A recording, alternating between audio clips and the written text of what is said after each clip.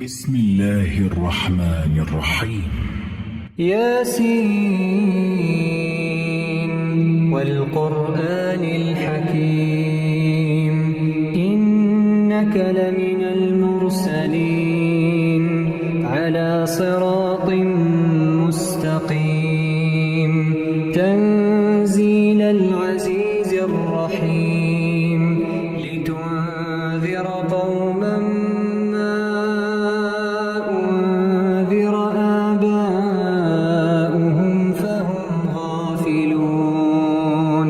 لقد حق القول على أكثرهم فهم لا يؤمنون إنا جعلنا في أعناقهم أغلالا فهي إلى الأذقان فهم مقمحون وجعلنا من بين أيديهم سدا ومن خلفهم سدا فأغشيناهم فهم لا يبصرون وسواء عليهم أأنذرتهم أم لم تنذرهم لا يؤمنون إنما تنذر من اتبع الذكر وخشي الرحمن بالغيب فبشره بمغفرة وأجر كريم إنا نحن نحيي الموتى ونكتب ما قدموا وآثارهم وكل شيء أحصيناه في إمام مبين واضرب لهم مثلا أصحاب القرية إذ جاءها المرسلون إذ أرسلنا إليهم اثنين فكذبوهما فعززنا بثالث فقالوا إنا إليكم مرسلون قالوا ما أنتم إلا بشر مثلنا وما أنزل الرحمن من شيء إن أنتم إلا تكذبون قالوا ربنا يعلم إنا إليكم لمرسلون وما علينا إلا البلاغ المبين قالوا إنا تطيرنا بكم لئن لم تنتهوا لنرجمنكم وليمسنكم منا عذاب أليم قالوا طائركم معكم أئن ذكرتم بل أنتم قوم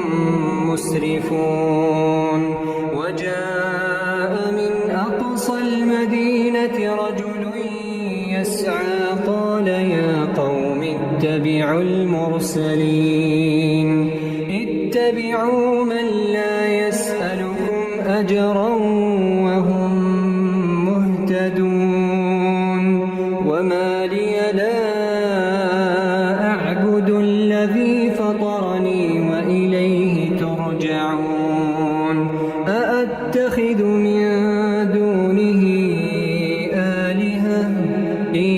يردني الرحمن بضر لا تغن عني شفاعتهم شيئا ولا ينقذون إني إذا لفي ضلال مبين إني آمنت بربكم فاسمعون قيل ادخل الجنة قال يا ليت قومي يعلمون بما غفر غفر لي ربي وجعلني من المكرمين وما أنزلنا على قومه من بعده من جند من السماء وما كنا منزلين إن كانت إلا صيحة واحدة فإذا هم خامدون يا حسرة على العباد يا حسرة على العباد ما يأتيهم من رسول إلا كانوا به يستهزئون ألم يروا كم أهلكنا قبلهم من القرون أنهم إليهم لا يرجعون وإن كل لما جميع لدينا محضرون وآية لهم الأرض الميتة أحييناها وأخرجنا منها حبا فمنه يأكلون وجعلنا فيها جنات من نخيل وأعناب وفجرنا فيها من العيون ليأكلوا من ثمره وما عملته أيديهم أفلا يشكرون سبحان الذي خلق الأزواج كلها مما تنبت الأرض ومن أنفسهم ومما لا يعلمون وآية لهم الليل نسلخ منه النهار فإذا هم مظلمون والشمس تجري لمستقر لها ذلك تقدير العزيز العليم والقمر قدرناه منازل حتى عاد كالعرجون القديم لا الشمس ينبغي لها أن تدرك القمر ولا الليل سابق النهار وكل في فلك يسبحون وآية لهم أنا حملنا ذريتهم في الفلك المشحون وخلقنا لهم من مثله ما يركبون وإن نشأ نغرقهم فلا صريخ لهم ولا هم ينقذون إلا رحمة منا ومتاعا إلى حين وإذا قيل لهم اتقوا ما بين أيديكم وما خلفكم لعلكم ترحمون وما تأتيهم من آية من آيات ربهم إلا كانوا عنها معرضين وإذا قيل لهم أنفقوا مما رزقكم الله قال الذين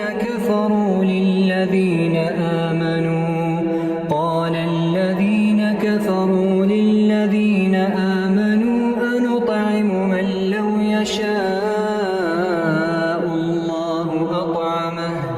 إن أنتم إلا في ضلال مبين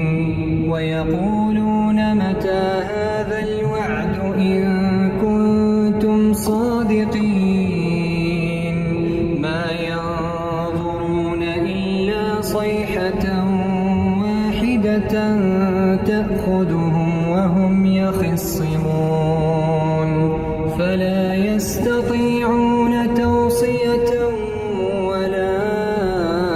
إلى أهلهم يرجعون ونفخ في الصور فإذا هم من الأجداث إلى ربهم ينسلون قالوا يا ويلنا من بعثنا من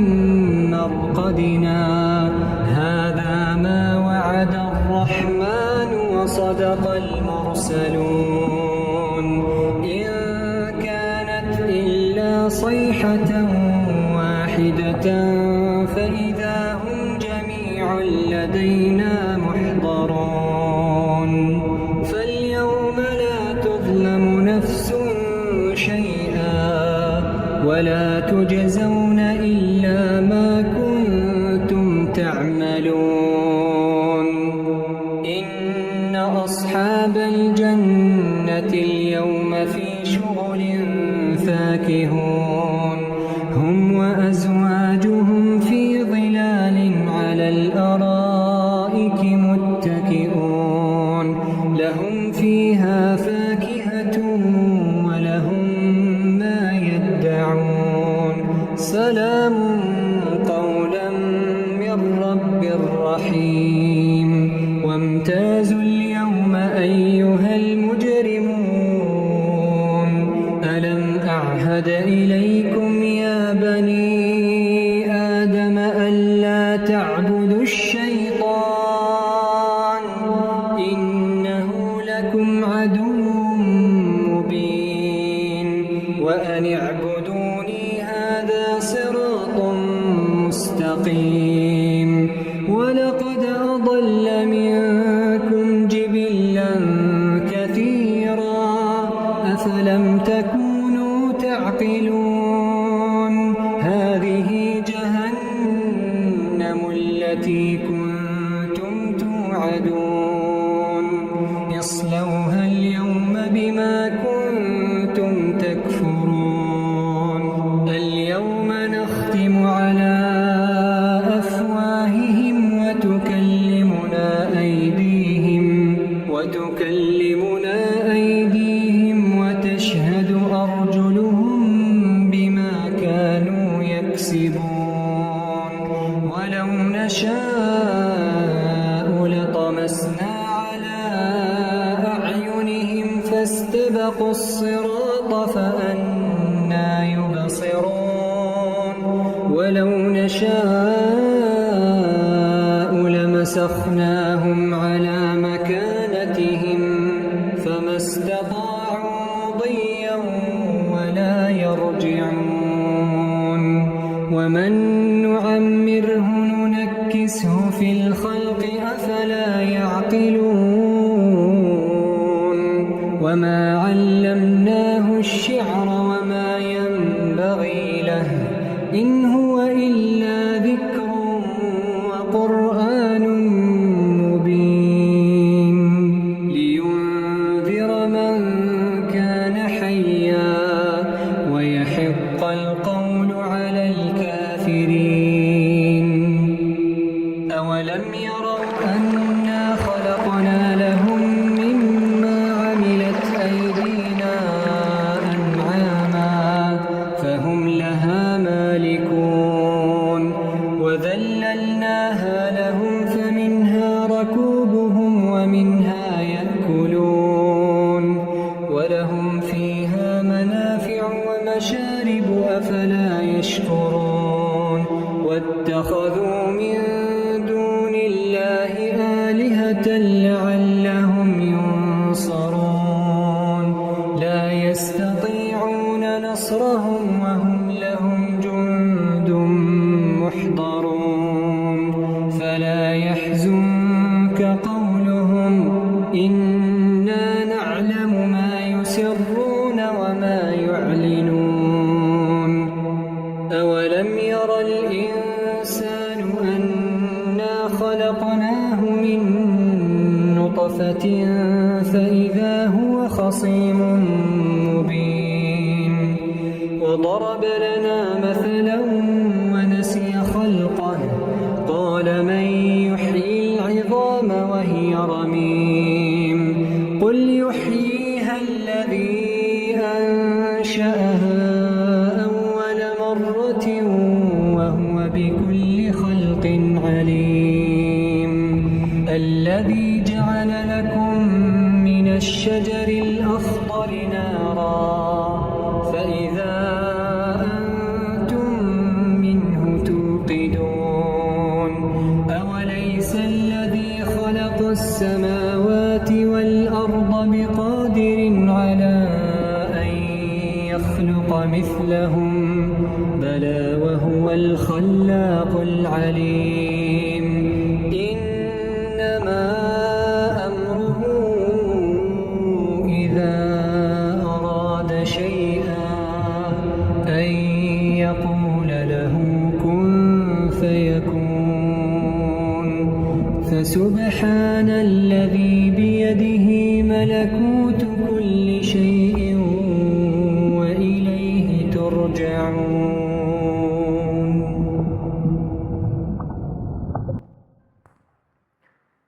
أعوذ بالله من الشيطان الرجيم.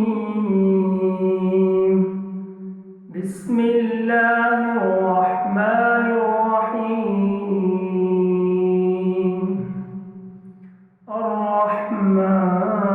الرحمن علم القرآن خلق الإنسان علمه البيان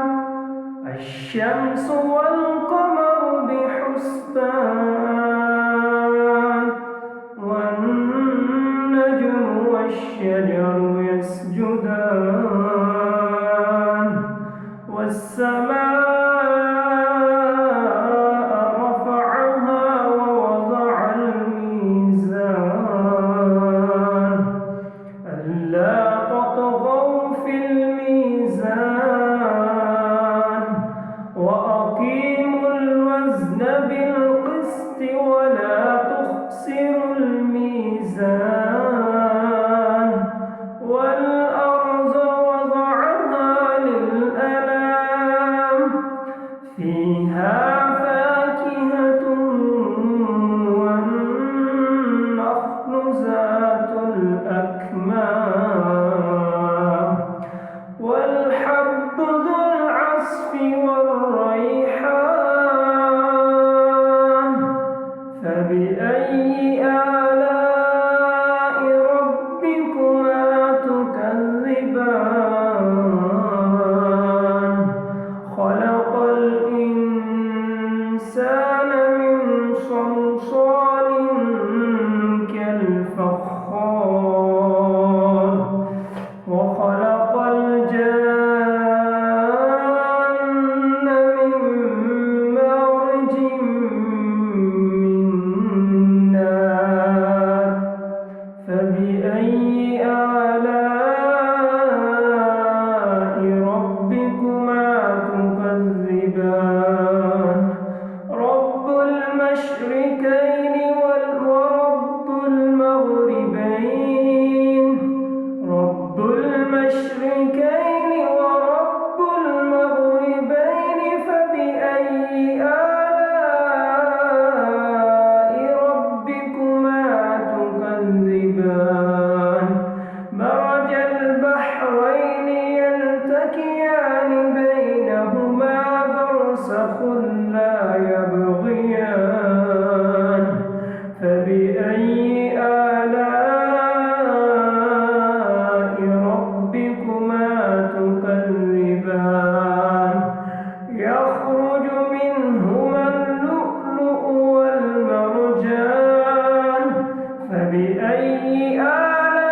آلاء ربكما تكذبان وله الجوار المنشآت في البحر كالأعلام فبأي آلاء ربكما تكذبان كل من عليها فان ويبقى وجه ربك ذو الجلال والإكرام فبأي آلاء ربكما تكذبان يسأله من في السماوات والأرض كل يوم هو في شأن فبأي آلاء ربكما تكذبان سنفرغ لكم أيها الثقلان فبأي آلاء ربكما تكذبان يا معشر الجن والإنس إن استطعتم أن تنفذوا من أقطار السماوات والأرض فانفذوا لا تنفذون إلا بسلطان فبأي آلاء ربكما تكذبان يرسل عليكما شواظ من نار ونحاس فلا تنتصران فبأي آلاء ربكما تكذبان فإذا انشقت السماء فكانت وردة كالدهان فبأي آلاء ربكما تكذبان فيومئذ لا يسأل عن ذنبه إنس ولا جان فبأي آلاء ربكما تكذبان يعرف المجرمون بسيماهم فيؤخذ بالنواصي والأقدام فبأي آلاء ربكما تكذبان هذه جهنم التي يكذب بها المجرمون يطوفون بينها وبين حميم آن فبأي آلاء ربكما تكذبان ولمن خاف مقام ربه جنتان فبأي آلاء ربكما تكذبان ذواتا أفنان فبأي آلاء ربكما تكذبان فيهما عينان تجريان فبأي آلاء ربكما تكذبان فيهما من كل فاكهة زوجان فبأي آلاء ربكما تكذبان متكئين على فرش بطائنها من استبرق وجنى الجنتين دان فبأي آلاء ربكما تكذبان فيهن قاصرات الطرف لم يطمثهن إنس قبلهم ولا جان فبأي آلاء ربكما تكذبان كأنهن الياقوت والمرجان فبأي آلاء ربكما تكذبان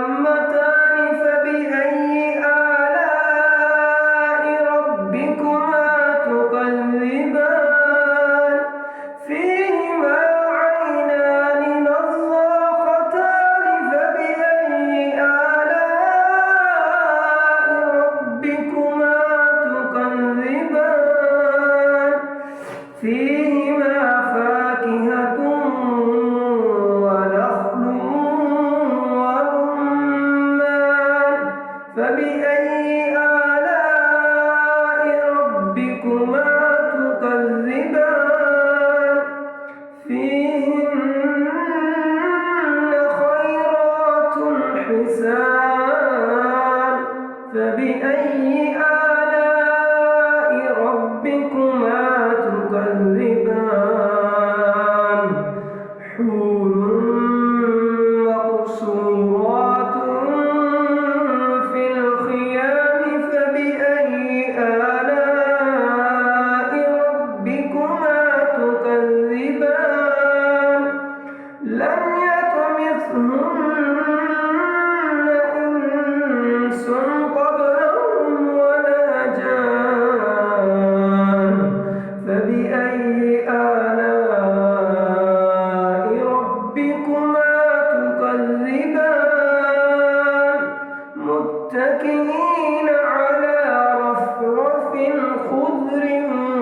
وعبقري حسان فبأي آلاء ربكما تكذبان تبارك اسم ربك ذي الجلال والإكرام. أعوذ بالله من الشيطان الرجيم. بسم الله الرحمن الرحيم.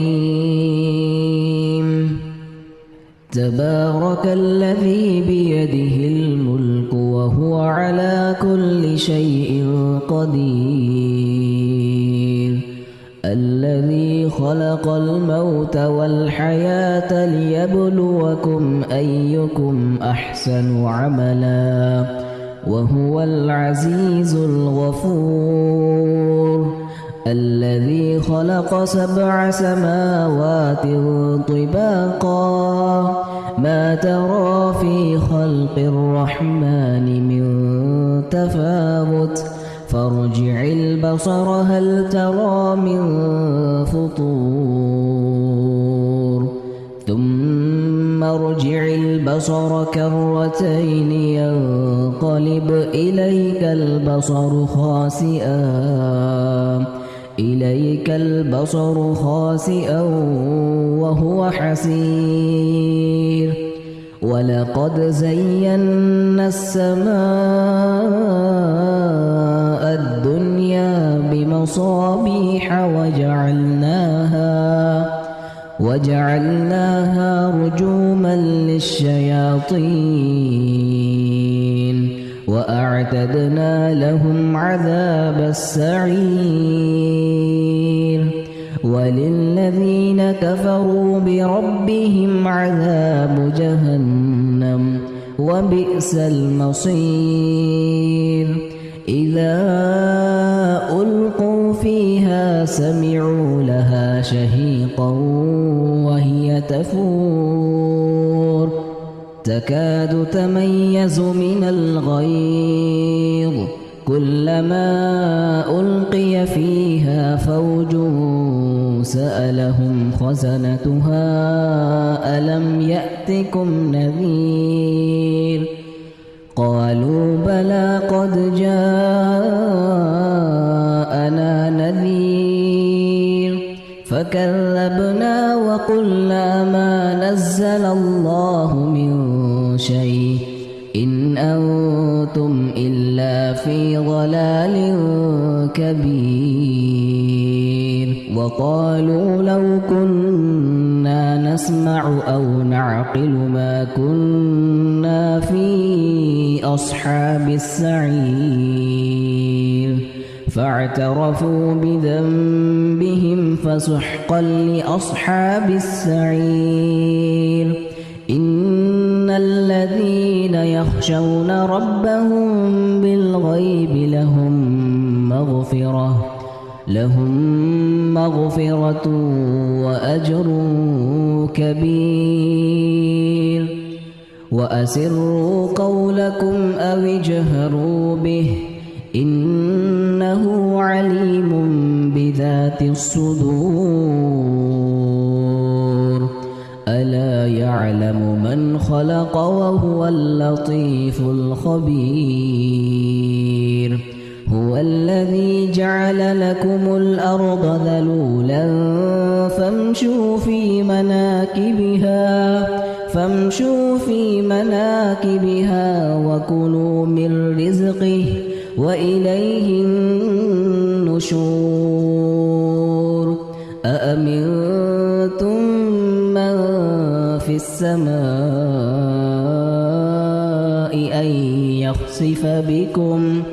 أن يخسف بكم الأرض فإذا هي تمور، أم أمنتم من في السماء أن يرسل عليكم حاصبا فستعلمون كيف نذير. ولقد كذب الذين من قبلهم فكيف كان نكير. أولم يروا إلى الطير فوقهم صافات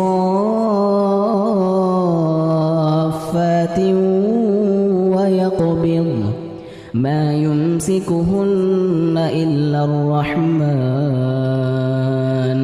إنه بكل شيء بصير. أمن هذا الذي هو جند لكم ينصركم من دون الرحمن إن الكافرون إلا في غرور. أمن هذا الذي يرزقكم إن أمسك رزقه بل لجوا في عتو ونفور. أفمن يمشي مكبا على وجهه أهدى أمن يمشي سويا على صراط مستقيم. قل هو الذي أنشأكم وجعل لكم السمع والأبصار والأفئدة قليلا ما تشكرون. قل هو الذي ذرأكم في الأرض وإليه تحشرون. ويقولون متى هذا الوعد إن كنتم صادقين. قل إنما العلم عند الله وإنما أنا نذير مبين. فلما رأوه زلفة سيئت وجوه الذين كفروا وقيل هذا الذي كنتم به تدعون. قل أرأيتم إن أهلكني الله ومن معي أو رحمنا فمن يجير الكافرين من عذاب أليم. قل هو الرحمن آمنا به وعليه توكلنا فستعلمون من هو في ضلال مبين. قل أرأيتم إن أصبح ماؤكم غورا فمن يأتيكم بماء معين. أعوذ بالله من الشيطان الرجيم.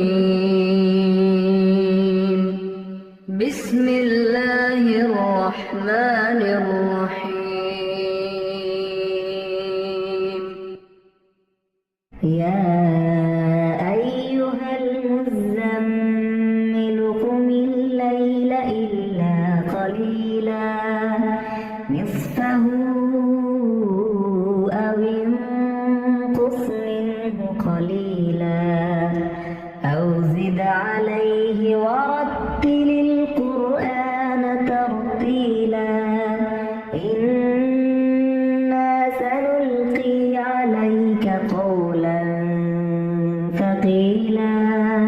إن ناشئة الليل هي أشد وطئا وأقوم قيلا إن لك في النهار سبحا طويلا واذكر اسم ربك وتبتل إليه تبتيلا رب المشرق والمغرب لا إله إلا هو فاتخذه وكيلا رب المشرق والمغرب لا إله إلا هو فاتخذه وكيلا واصبر على ما يقولون واهجرهم هجرا جميلا وذرني والمكذبين أولي النعمة ومهلهم قليلا إن لدينا أنكالا وجحيما وطعاما ذا غصة وعذابا أليما